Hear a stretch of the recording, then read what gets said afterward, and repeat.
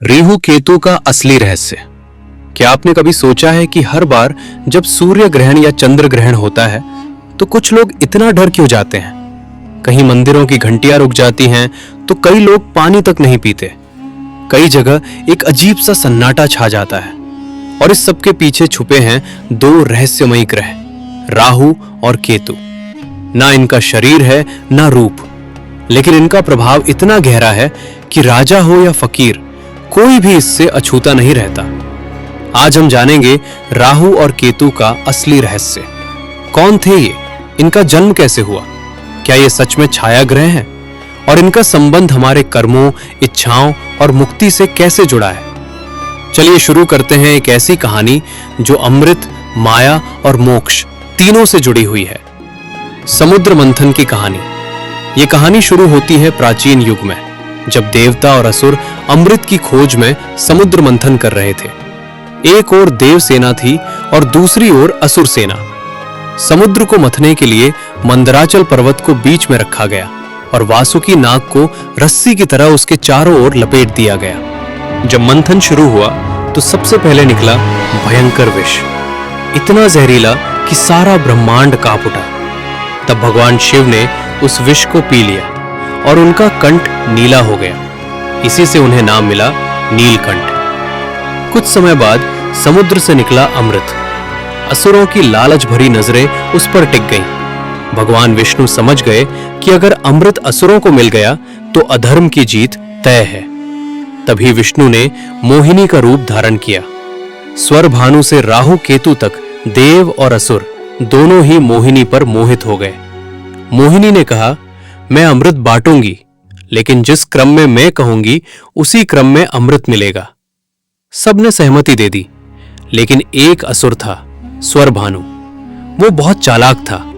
उसे शक था कि मोहिनी कोई साधारण स्त्री नहीं है।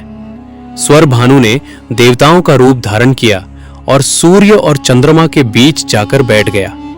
जब अमृत बांटा जा रहा था, स्वर भानु ने भी एक घूंट पी लिया, लेकिन सूर्य और चंद्र ने तुरंत पहचान लिया और भगवान विष्णु को संकेत दिया। विष्णु ने तुरंत अपना सुदर्शन चक्र चलाया और स्वर भानु का सिर धड़ से अलग कर दिया। लेकिन तब तक अमृत गले तक पहुंच चुका था, इसलिए ना सिर मरा ना शरीर। उसका सिर बन गया राहु और धड़ बन गया केतु। दोनों अमर हो गए। तभी से राहु और केतु सूर्य और चंद्र के पीछे पड़े रहते हैं और जब भी वे उन्हें पकड़ लेते हैं तब होता है ग्रहण। यही है उनका बदला और उनका अमर श्राप। अगर हम इसे साइंस के नजरिए से देखें तो राहु और केतु कोई फिजिकल प्लैनेट नहीं है। ये हैं लूनर नोड्स, वे दो बिंदु जहां चंद्रमा की कक्षा सूर्य के पथ को काटती है। ऊपरी बिंदु को कहते हैं राहु और निचले बिंदु को केतु।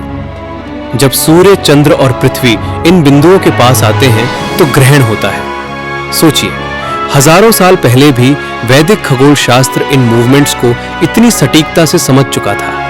राहु और केतु हमारे भीतर। राहु और केतु सिर्फ आसमान में नहीं है, वे हमारे भीतर भी मौजूद है। राहु प्रतिनिधित्व करता है इच्छा, भोग, माया और भ्रम। उसे चाहिए पावर, फेम, प्लेजर, टेक्नोलॉजी, और वो भी अभी।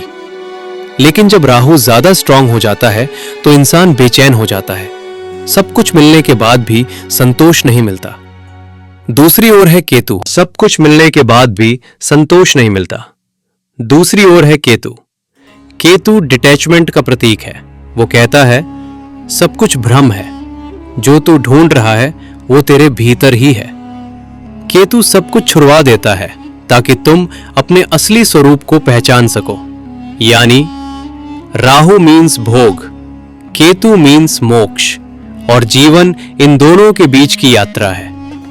अंतिम सत्य सिर्फ इच्छाएं हो तो जीवन अधूरा है, और सिर्फ त्याग हो तो जीवन बेरंग। सच्चा ज्ञान इन दोनों के संतुलन में है।